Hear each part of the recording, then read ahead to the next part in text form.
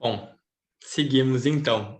No nosso último encontro, e primeiro, nós começamos a ler o prefácio do livro Psicologia Esotérica, e nós paramos nesse trecho em que o tibetano começa a falar um pouquinho dos principais livros escritos por ele em parceria com a Alice Bailey.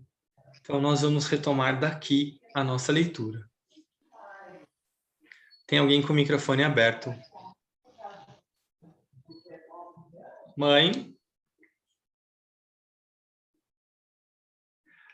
Todos os livros que escrevi contêm um propósito definido e uma sequência planejada de ensinamentos.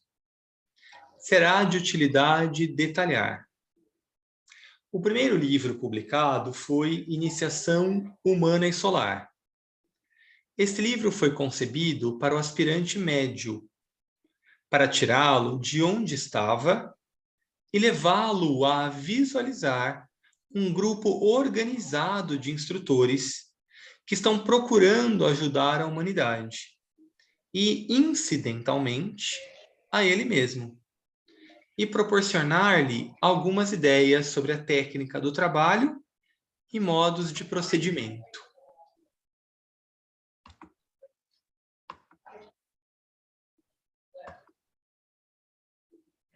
Só um minuto, por favor.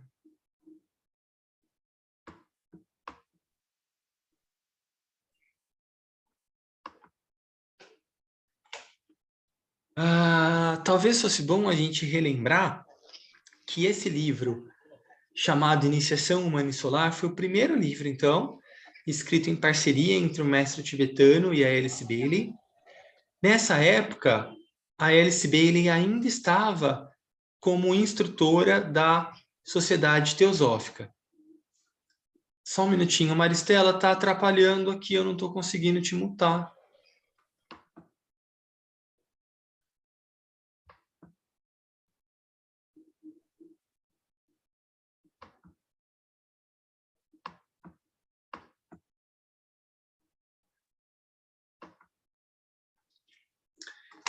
E esse livro, ele é bastante importante também, além de ser o primeiro, né?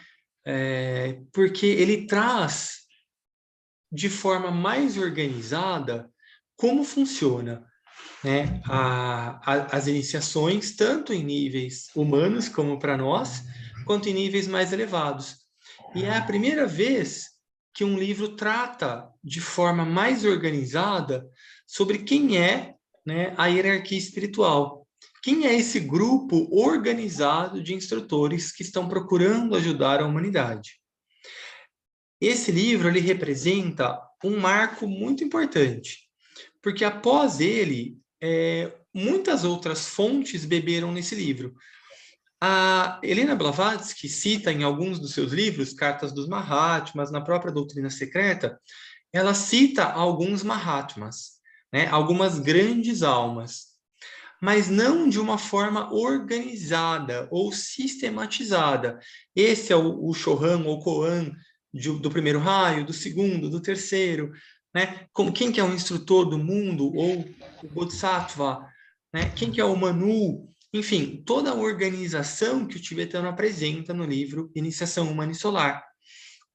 É muito conveniente a gente dizer e relembrar que foi o tibetano que trouxe essa ideia de hierarquia, que trouxe essa ideia dos mestres dos 7 raios, que depois foi muito utilizada nos movimentos do Eu Sou, da Grande Fraternidade Branca. Mas é importante a gente lembrar, quem trouxe isso a primeira vez para a humanidade comum como nós, aqui o aspirante médio, foi o tibetano, através desse livro, Iniciação Humana e Solar. Muito importante a gente lembrar, olha a intenção do mestre, né? Tirar o aspirante comum e levá-lo a visualizar um grupo organizado. Então, é nos mostrar como aspirantes comuns que somos, né? Um treinamento melhor, né? Técnicas de trabalho. Então, a Iniciação Humana e Solar, ele é um livro que trata de diversos assuntos, bem introdutoriamente falando, e depois o tibetano vai pegando cada um desses assuntos e destrinchando, aprofundando. Então, é um livro muito importante de ler e, ao mesmo tempo, a gente ter essa ideia de que ele vai abrir, ao longo desses 30 anos de parceria com a Bailey, ele vai aprofundando cada um desses temas trazidos. Então, ele é como se ele fosse uma síntese que depois vai sendo ampliada. No livro Cartas de Meditação Ocultista, que é o segundo livro, se indica a forma de alcançar essas instruções e a disciplina de vida que o trilhar do caminho envolve. Então, já é um livro mais técnico, não tão abrangente, mais direcionado para um treinamento em meditação ocultista, né? Esses dois livros são especialmente para aspirantes. Então, são livros ainda introdutórios, embora o Cartas de Meditação Ocultista seja mais aprofundado, mostre mais a técnica, mas ainda são para aspirantes que estão, através da disciplina, procurando se tornar discípulos probacionários e depois consagrados, aceitos. Já um tratado sobre o fogo cósmico está em uma categoria totalmente diferente. Em última análise, é um guia para os iniciados do mundo, que afastará os olhos do estudante de si mesmo e de seu próprio desenvolvimento, e os dirigirá a uma concepção mais vasta e a um ideal universal. A marca do iniciado é a falta de interesse em si mesmo, em seu próprio desenvolvimento e em seu destino pessoal.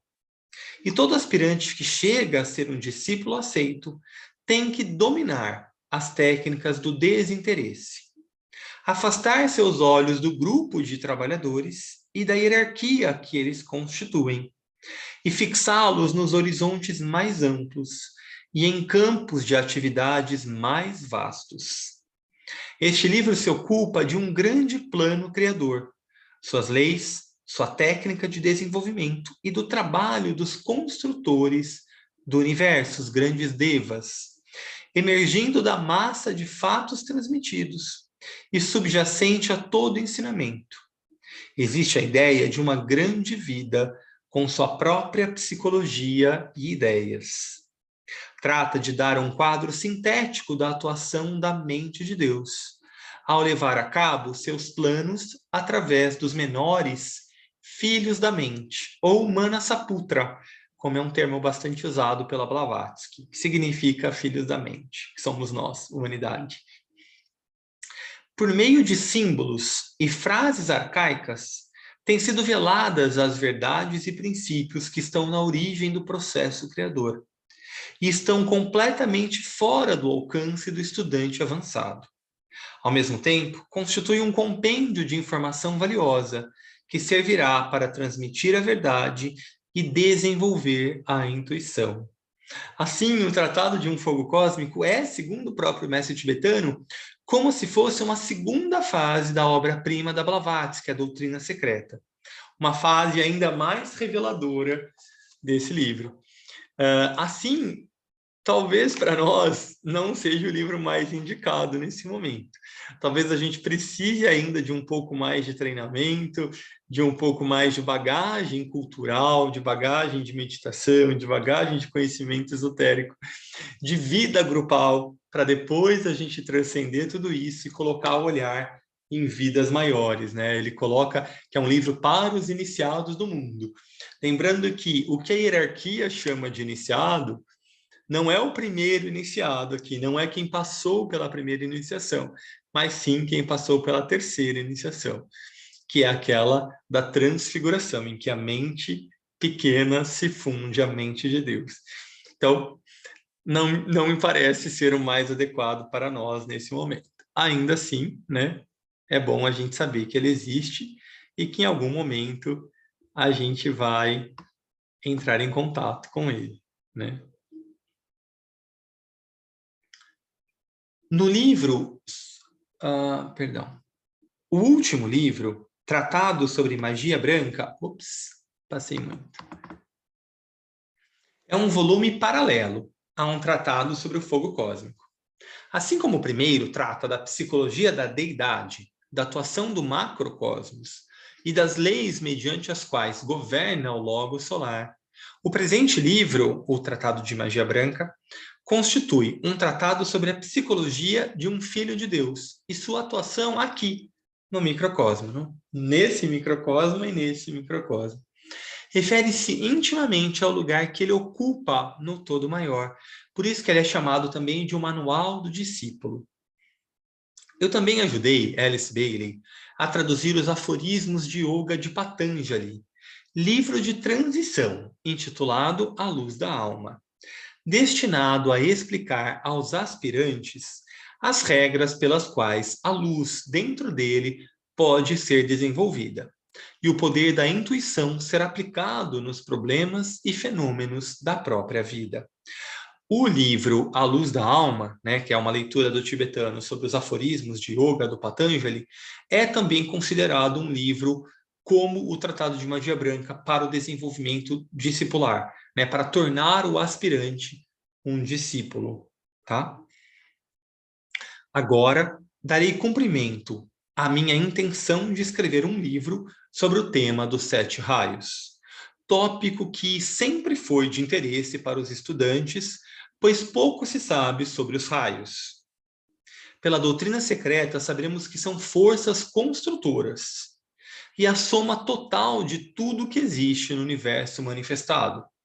Porém, seu efeito sobre o reino humano e sua qualidade e natureza essenciais permanecem sendo um mistério. Então, de novo, Blavatsky cita os 7 raios, mas ela cita, né? É o tibetano quem, pela primeira vez, através da Alice Bailey, explica quais são os raios, como que eles atuam, em quais planos eles atuam, em quais níveis, como atuam em nossos corpos. Enfim, ele faz realmente um tratado sobre os 7 raios.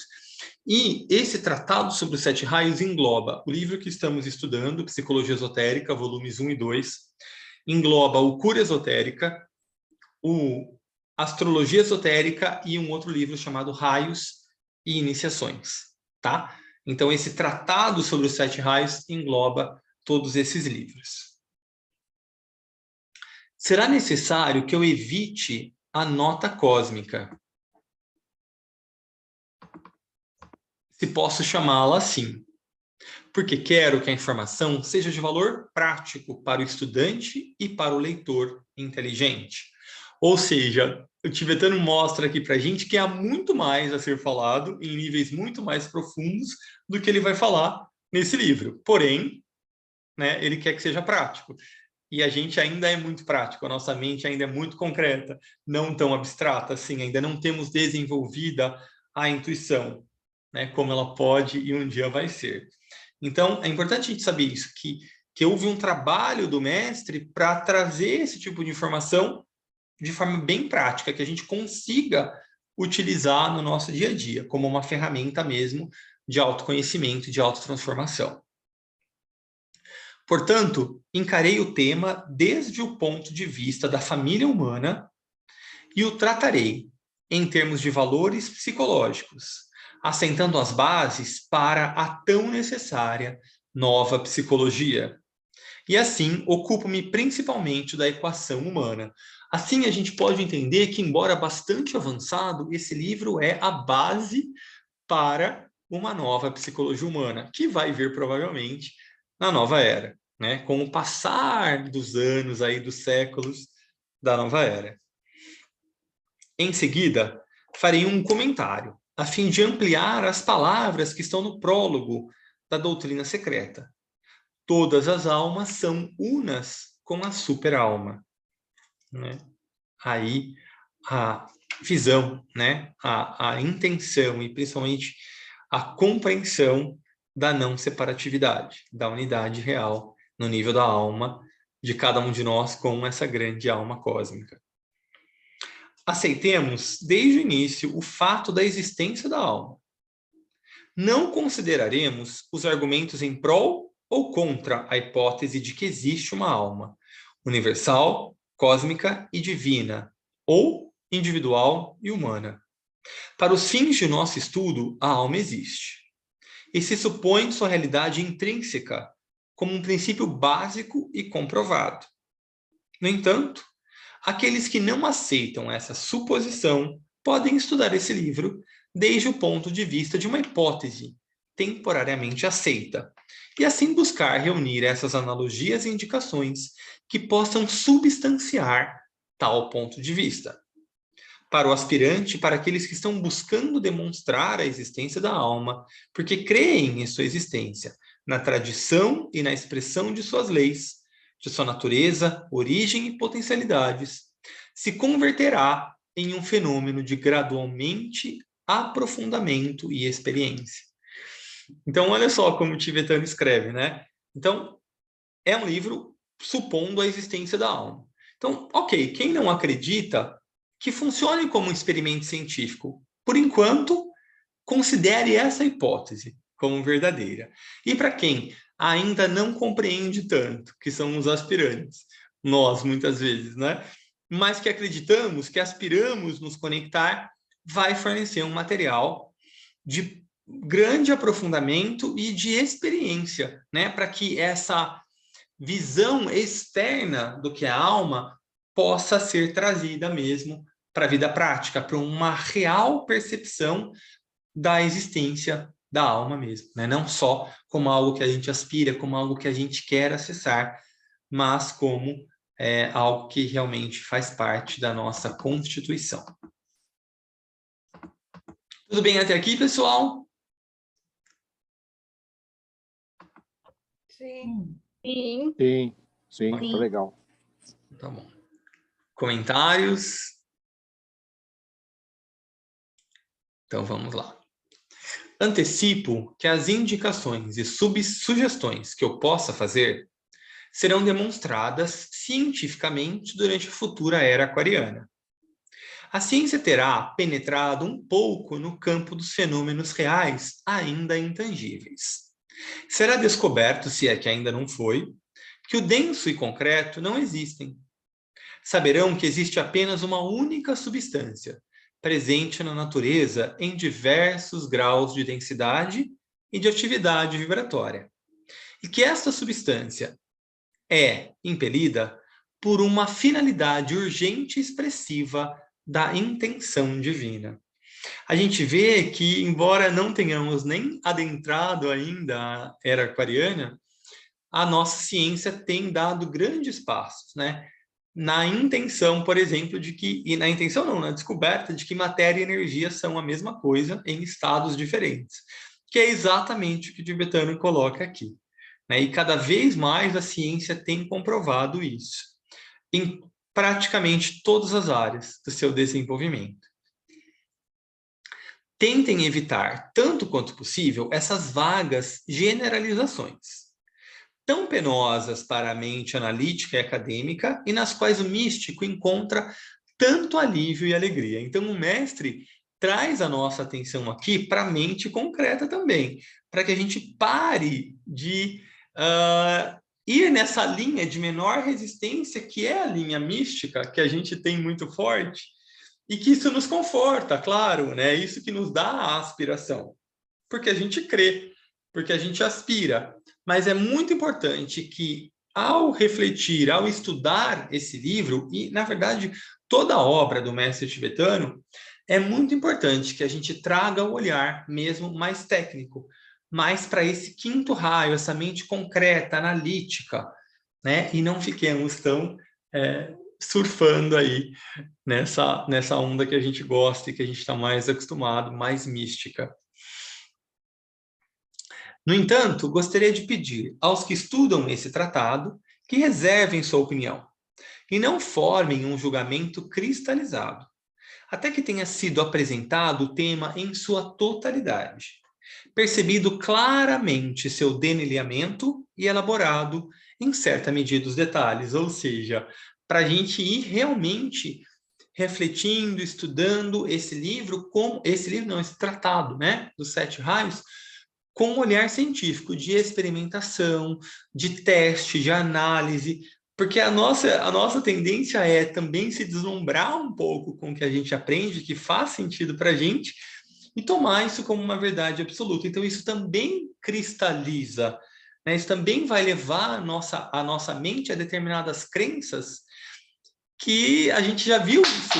A gente já viu isso em alguns outros estudos da importância de quando a gente estiver construindo uma forma de pensamento individual e grupalmente, a gente ter o cuidado de construí-la com matéria de sétimo raio, que vai sendo moldada à medida em que as experiências, as vivências e novos ensinamentos vão sendo trazidos, para que a gente tenha a ideia de que tudo é temporário, é transitório, e que mesmo ensinamentos tão elevados, eles servem para determinados momentos, e eles servirão de base para outros ainda mais profundos, e que construirão a ponte com a nossa intuição. Então é super importante a gente lembrar disso, em qualquer estudo que a gente fizer, especialmente quando a gente está em grupo.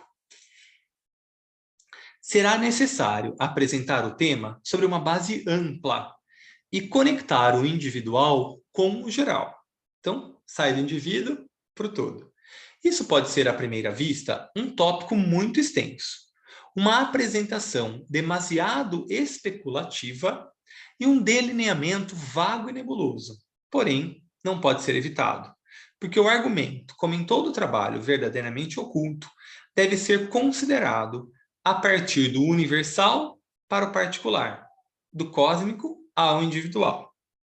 Devido ao fato de que os homens ainda se interessam em demasia pelo particular e individual, acham fácil aplicar seu próprio interesse ao grande todo maior, no qual vivem, se movem e têm a sua existência. Eles não possuem, como regra geral, esse mecanismo interno de pensamento e essa percepção intuitiva da verdade, que lhes permita compreender facilmente o significado que está subjacente no simbolismo das palavras, ou ver com claridade o esboço subjetivo que está sob a forma objetiva. Mas o esforço para compreender trará sua própria recompensa.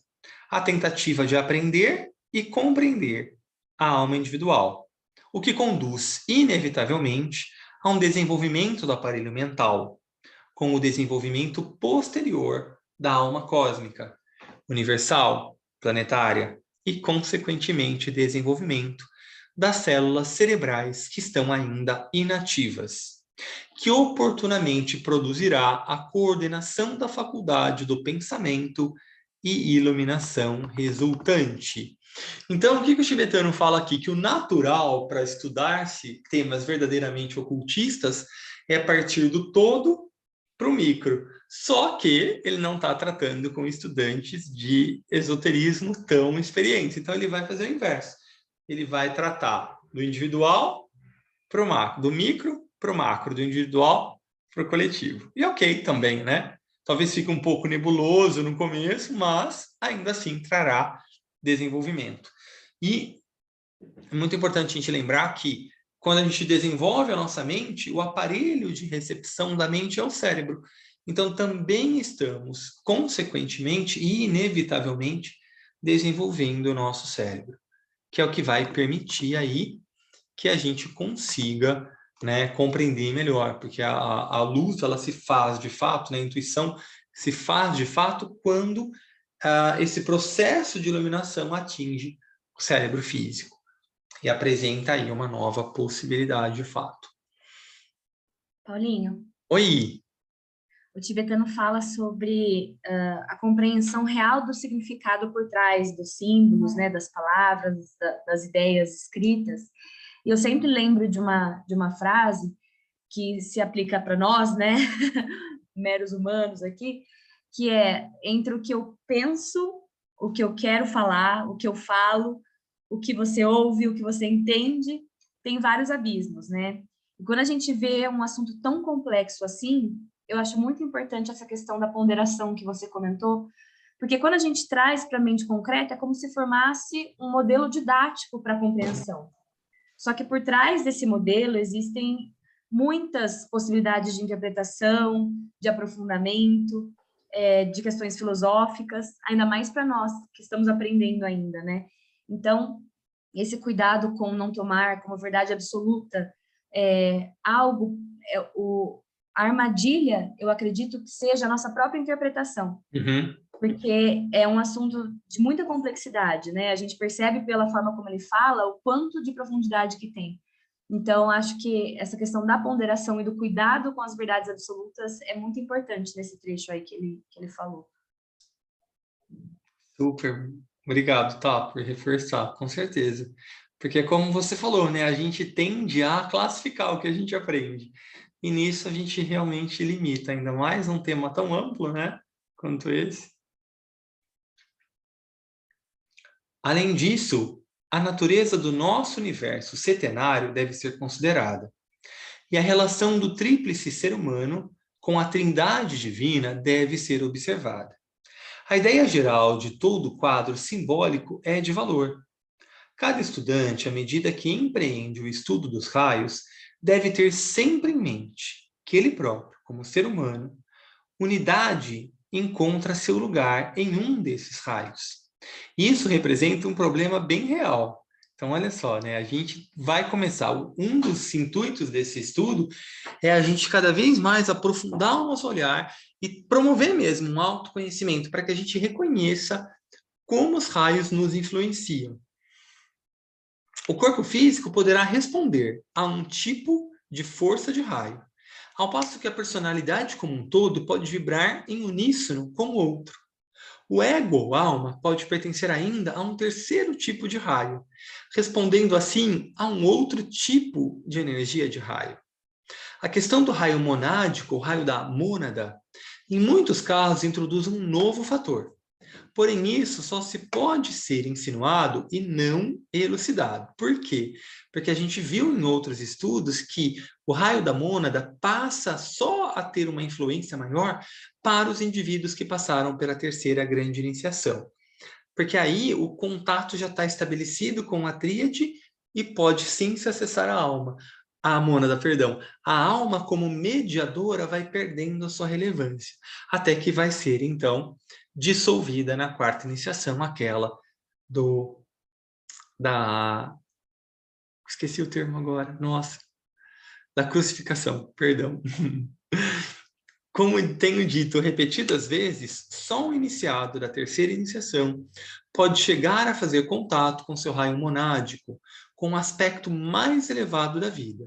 Porém, o humilde aspirante não pode. Todavia, determinar se é uma mônada de poder, primeiro raio, amor, segundo raio, ou atividade inteligente, terceiro raio. Lembrando que as almas podem ser dos 7 raios, mas as mônadas apenas de um dos 3 raios, que são os raios de aspecto, como a gente chama, né? Não os de atributo. Para concluir, gostaria de pedir sua leal colaboração no trabalho que estamos realizando. Olha só, hein? Essa parte é muito importante, é um pedido do mestre. Esse livro será de maior valor geral e público que qualquer um dos meus outros livros. Olha só que importante, então a gente está estudando esse livro. Procurarei que este tratado sobre a alma seja relativamente breve. Vou tentar expressar ditas verdades abstratas de tal modo que o público em geral, com seu profundo interesse na alma, possa ser atraído magneticamente por esse ensinamento e adquira uma consideração mais profunda do que uma velada suposição. Então, por que é importante esse livro, né? Porque, de novo, cada vez mais a gente ouve falar nos 7 raios, mas nenhum com essa profundidade. Então, olha só que bacana, né? O nosso papel também. A gente falar sobre os 7 raios para um público que hoje é relativamente grande, claro que não comparado com a parcela total da humanidade, mas muito mais do que antes, e a gente poder, como grupo, criar uma forma de pensamento que possa atingir as pessoas que têm uma aspiração para entender melhor, porém com mais profundidade, com mais clareza, aumentando pelo menos o autoconhecimento, né? Então, ele vai tentar ser relativamente breve, são 4 livros enormes, mas ele está sendo breve, para que possa, então, atingir as pessoas aqui. Na era aquariana se demonstrará a realidade da alma. Ainda não temos essa realidade, né? Isso é só uma tentativa levada adiante em meio das dificuldades de um período de transição, que ainda carece da terminologia necessária para apoiar tal demonstração. Então, a gente não tem nem a terminologia adequada, que dirá as experiências, que dirá a mente desenvolvida, né, a intuição desenvolvida, o emocional harmonizado, para a gente saber de fato o que é a alma, mas estamos tentando. E estamos aí colaborando para que na futura era, né, essa cultura espiritual seja de fato uma realidade. Permita-me acrescentar também que a atitude de vocês, que vocês deveriam, perdão, adotar diante das instruções transmitidas, deve ser a do estudante que busca a verdade que possa ser verificada. Informações que podem ser aplicadas na vida cotidiana e testadas no cadinho da experiência da vida. Ou seja, não é para a gente ficar com mais uma informação, com mais um conhecimento, que a gente não possa aplicar, testar, verificar, aprofundar. O nosso papel aqui é o pedido do mestre. Tudo isso que eu vou falar, apliquem na sua vida, testem, vejam se funciona, porque é só assim que a gente vai, de fato, construir uma nova cultura espiritual, né? Se, por exemplo, existem de fato 7 raios que personificam 7 tipos de energia divina, então um homem deve ser capaz de reconhecer esses tipos de energias no campo específico dos fenômenos no qual desempenha a sua pequena parte. O que é isso? É no seu corpo físico, é no seu corpo emocional, é no seu corpo mental, é na sua personalidade, é na sua própria alma, é na sua própria nação, como a gente vai ver depois. Enfim, né? É para isso que serve, né? Se a verdade que está sendo apresentada é velada por simbolismos e oferecida como uma hipótese, deve ao mesmo tempo ser desvelada suficientemente para ser reconhecível e deve ter nela recurso inteligente suficiente para justificar a sua investigação. Creio que as palavras "todas as almas são unas com a superalma" podem personificar e personificam essa informação fundamental e essencial. Porém, se isso não evidencia no mundo que está surgindo uma relação viva entre os seres sencientes, tal afirmação carece de sentido. A realidade é que, em toda parte, se reconhece que existe e está se desenvolvendo a sensibilidade universal e a percepção geral. O mundo está cheio de conhecimento que é, em última análise, a resposta sensível às condições existentes nas mentes que estão em processo de desenvolvimento, porém que ainda não conseguiram plenamente. Evidencia-se em forma gradual que debaixo da diversidade reside uma unidade básica e que nossa percepção é certa e verdadeira e correta na medida em que nós podemos nos identificar com essa, em que possamos, perdão, nos identificar com essa unidade. Então, o que o mestre está dizendo aqui? Que essa frase que ele colocou no começo é ela que deve permear todo o ensinamento. E já está, na verdade, né? Cada vez que a gente fala em globalização, a gente está pensando numa única vida. Cada vez que a gente fala em um monte de coisas, na economia, na política, na educação, a gente está trabalhando com essa hipótese e a gente está, em alguma medida, por mais grosseira que ainda seja, começando a responder a essa ideia da unidade na diversidade. Então, a gente percebe mudanças sociais, políticas, econômicas, educacionais, dentro da própria comunidade científica, dentro das religiões. A gente percebe que todas as áreas do desenvolvimento humano estão caminhando para isso. Óbvio que há ainda muita resistência, ainda há muita energia reacionária, mas não há dúvida de que estamos caminhando para isso. Para finalizar, eu peço a todos para seguirem adiante. Que nada do passado, inércia física, depressão mental, falta de controle emocional, os impeça de começar de novo com alegria e dedicação e fazer o necessário progresso que lhes permita servir de forma mais útil e ativa. Que nenhum de vocês se veja inibido pelo passado ou pelo presente, mas sim que possam viver como espectadores. É a súplica constante e fervorosa do vosso instrutor. Então, pessoal, ó, inércia não, né? Ah, mas nós estamos na pandemia. Ah, mas eu tenho idade. Ah, mas eu tô com Covid. Ah, não. Depressão mental também. Ai, meu Deus, o que passou? Não sou isso, não sou aquilo. Não sirvo para o grupo. Ah, não tenho tempo. Não, gente, né? E falta de controle emocional. Vamos controlar, vamos utilizar esse corpo emocional. Porque o que, que acontece quando a gente não tem controle emocional?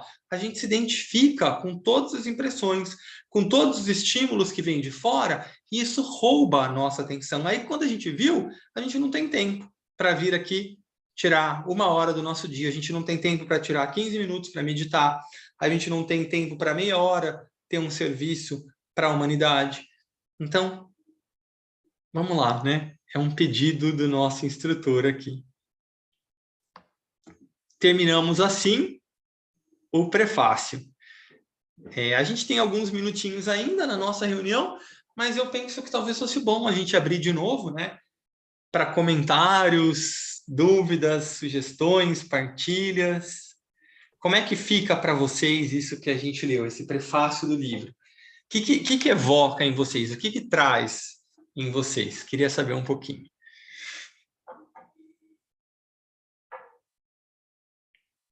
Pode falar, Rê.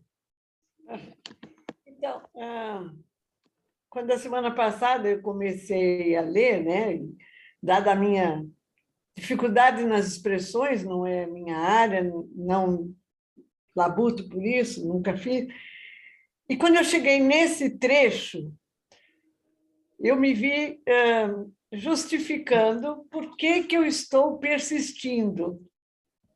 Entende? Eu acho que vou evoluir, eu vou aprender, eu vou viver e eu vou me modificar por causa dessa fala dele. Ela é otimista, do meu Muito. ponto de vista. Ela é, como se diz, ela é estimulante, né? Inspiradora, né? Inspiradora, sabe? Ele é um mestre até em nos conduzir a acreditar que em um determinado momento esse aprendizado vai ter um valor significativo.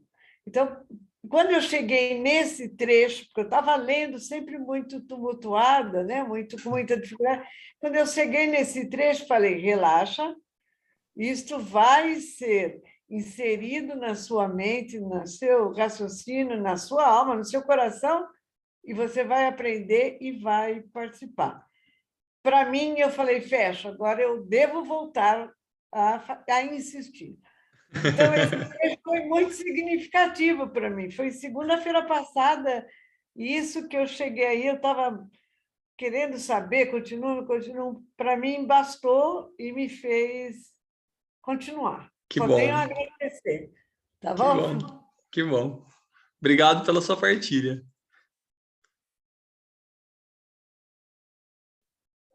Eu queria comentar uma coisa. Oi, boa noite Oi, para todo Cris, boa mundo. noite.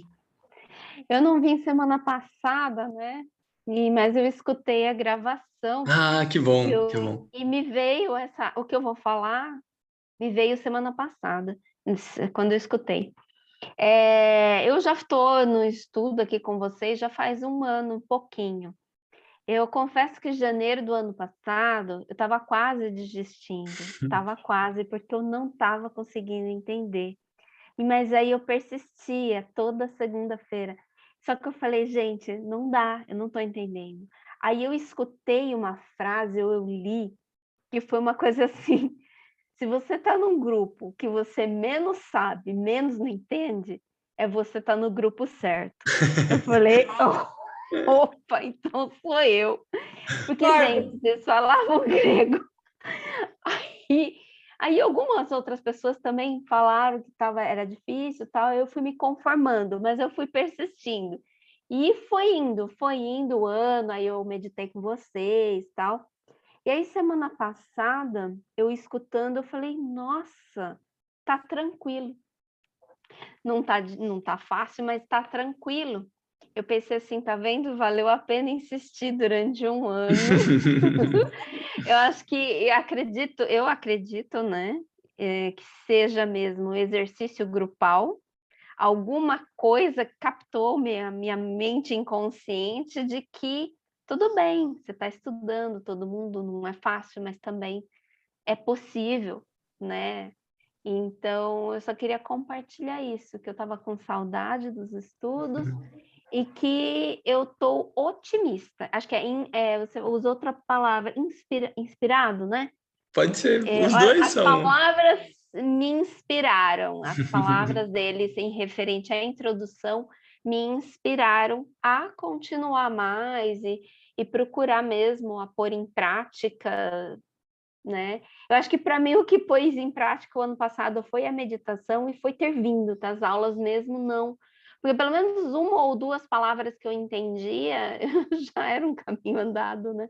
Sim. É isso, eu só agradeço. Agradeço ao grupo todo e ao Paulinho também, né? Muito obrigado pela sua partilha, Cris. Paulinho, Oi, eu sei que está Betinha. na hora de encerrar, Não, tem mas mais eu um vou tempinho só. ainda. Ai, então tá. É que no meu computador. Não é 21 que encerra? O meu computador 21, aqui já é 21. 21h15 a gente tem encerrado, só uns 15 Então tá minutinhos a bom. mais. Então eu vou falar bem rapidinho. Aham. Eu, eu sou apaixonada por um ator que se chama Ari Fontoura.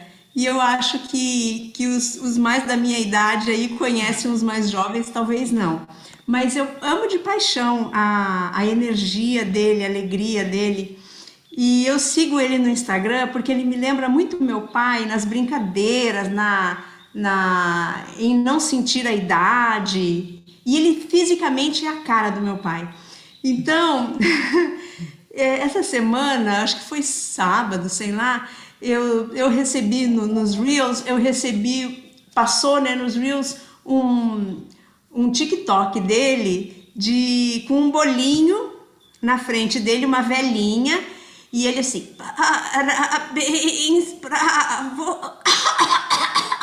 e assim, e cantando parabéns para ele mesmo que estava completando 89 anos.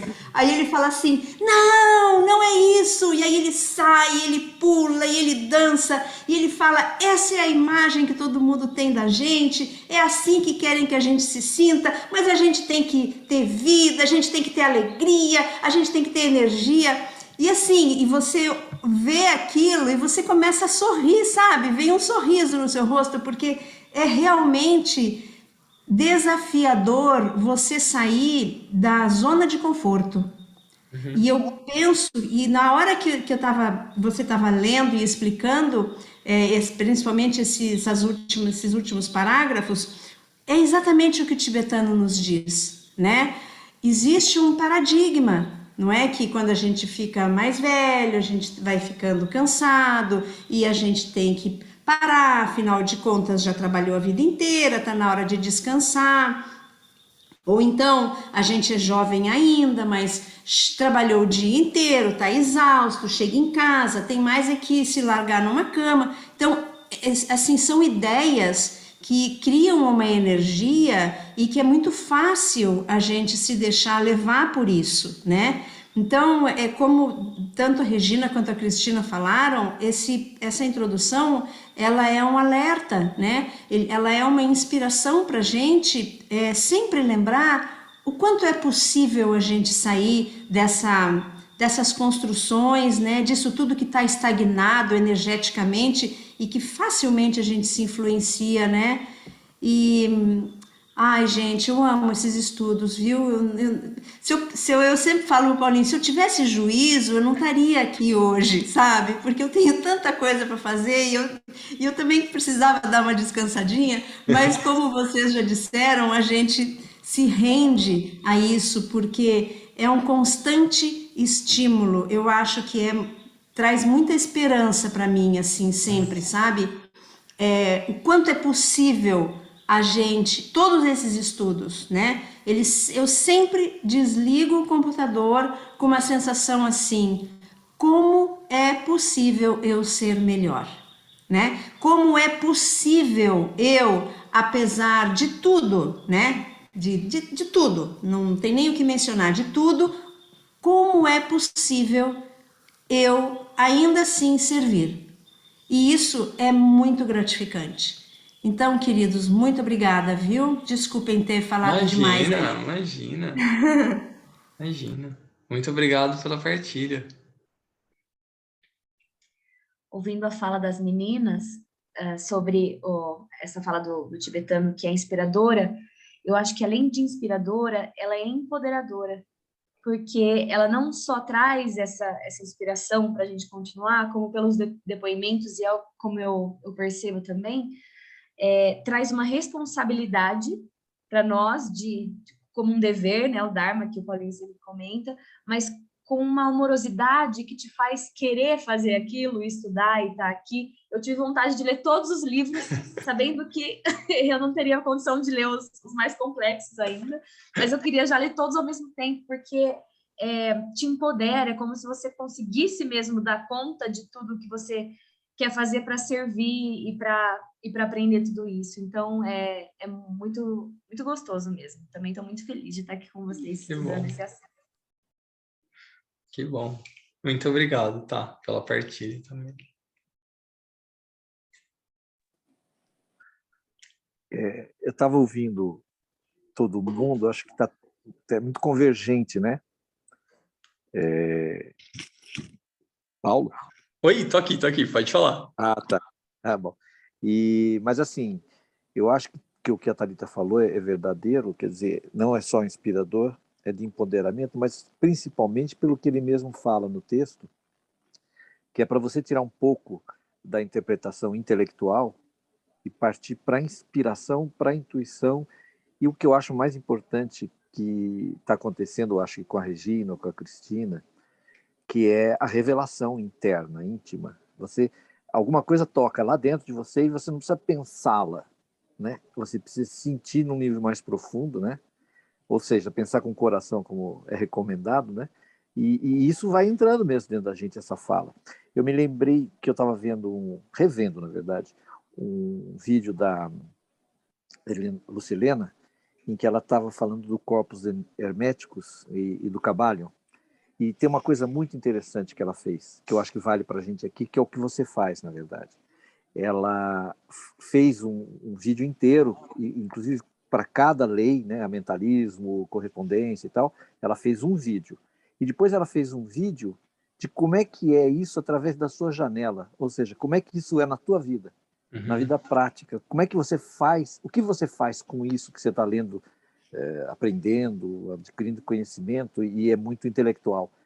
Isso eu achei bem bacana, que é o que a gente faz nesse estudo. Eu acho que por isso que, diferentemente de outros estudos que a gente faz, é menos intelectual e mais sensível mesmo, mais intuitivo. É isso que eu acho que está bacana. Inclusive, eu recomendo até uma coisa.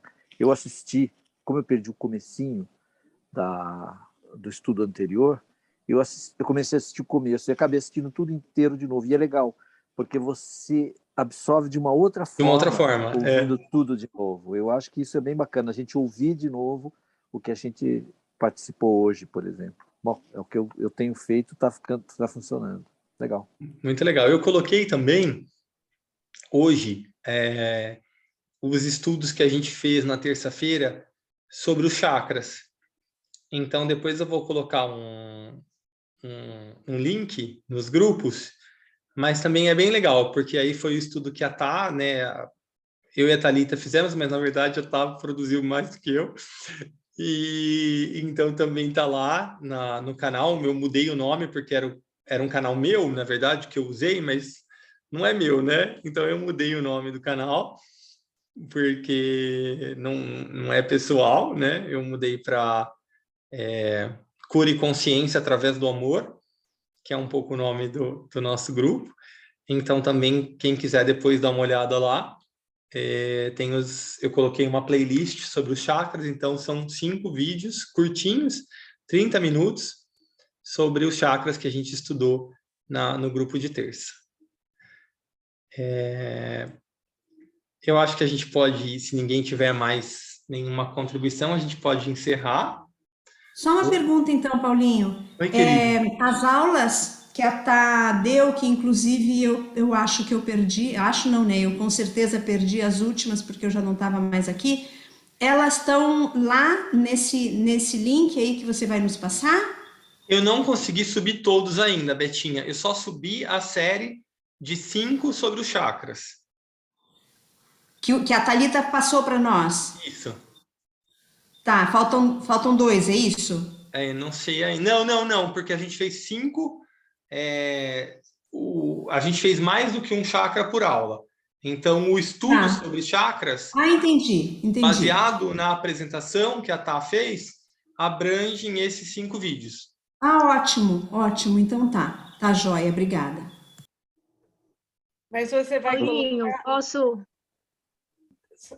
pode falar, Thalita. Não, é a Jo. Oi, Jo. Na verdade, eu queria só tirar uma dúvida. Eu captei aqui uma frase que fala: a intuição de fato se faz quando a luz atinge o cérebro. Uhum. E aí eu fiquei um pouco confusa. Seria porque é isso, o cérebro como aí o veículo da mente. Isso.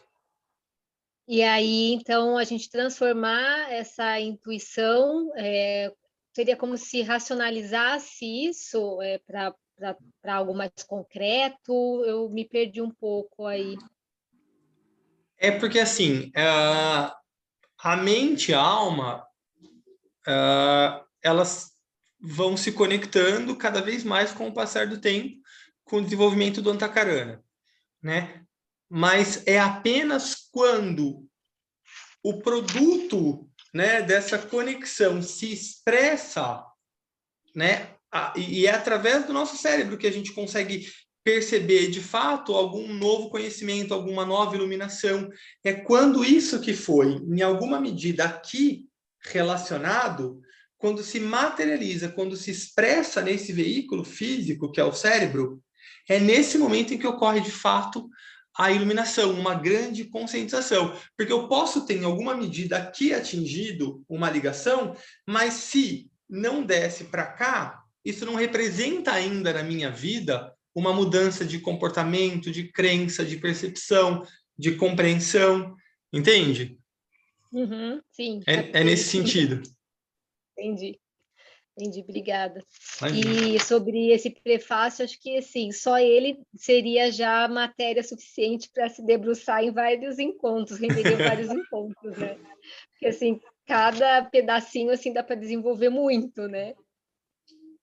Mas muito legal, gostei bastante hoje. Dá super. Paulo, onde vai estar os chakras? O link? Eu vou mandar estão todos no canal do YouTube, mas eu mando um link. Tá legal. Mas tá fiz no uma YouTube. Está no YouTube, já está liberado. Eu fiz uma playlist. Então, ou seja, quando você clicar no primeiro, ele vai para o segundo, para o terceiro, para o quarto, para o quinto. Legal. Mas você vai colocar no Liderança o link? Vou no de meditação também. Tá bom. Tá bom? Obrigada. Vou parar aqui a gravação.